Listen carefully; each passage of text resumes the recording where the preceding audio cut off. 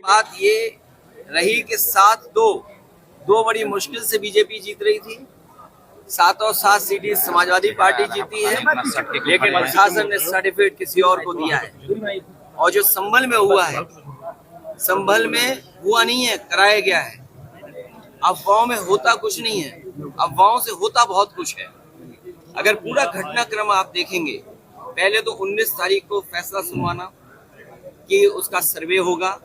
जब पहला सर्वे हुआ, किसी भी मुस्लिम पक्ष के लोगों को या संभल के लोगों को किसी को आपत्ति नहीं थी, पूरा सर्वे हुआ। लेकिन पता नहीं क्यों फिर दोबारा सर्वे करने का फैसला लिया गया और दोबारा सर्वे हुआ। अगर दोबारा सर्वे की बात हुई तो कम से कम वहां पे जो जिम्मेदार लोगों थे उनसे बातचीत करनी चाहिए थी प्रशासन को, लेकिन बातचीत नहीं की। और फिर जो सर्वे टीम गई थी, क्या उसमें बीजेपी के कार्यकर्ता नहीं गए थे?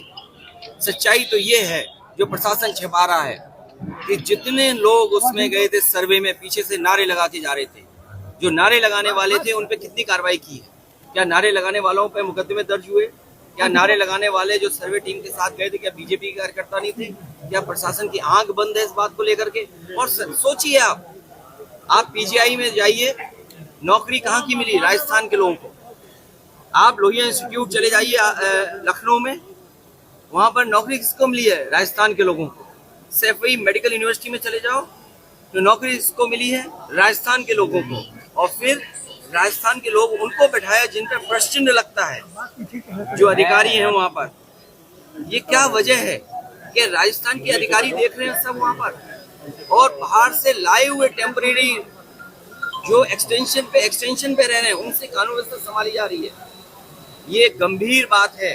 मुझे उम्मीद है कि इन सब घटनाओं को सुप्रीम कोर्ट सो मोटो लेकर के देखेगा कि आखिरकार इस तरह की साजिश क्यों रची गई। क्योंकि भारतीय जनता पार्टी को अपनी जो बेईमानी की थी, उन्होंने उस बेईमानी को छिपाना था।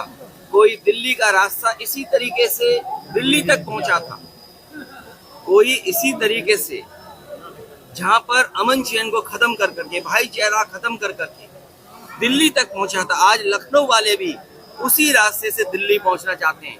ये दिल्ली और लखनऊ की लड़ाई है जिसमें जनता पिस रही है।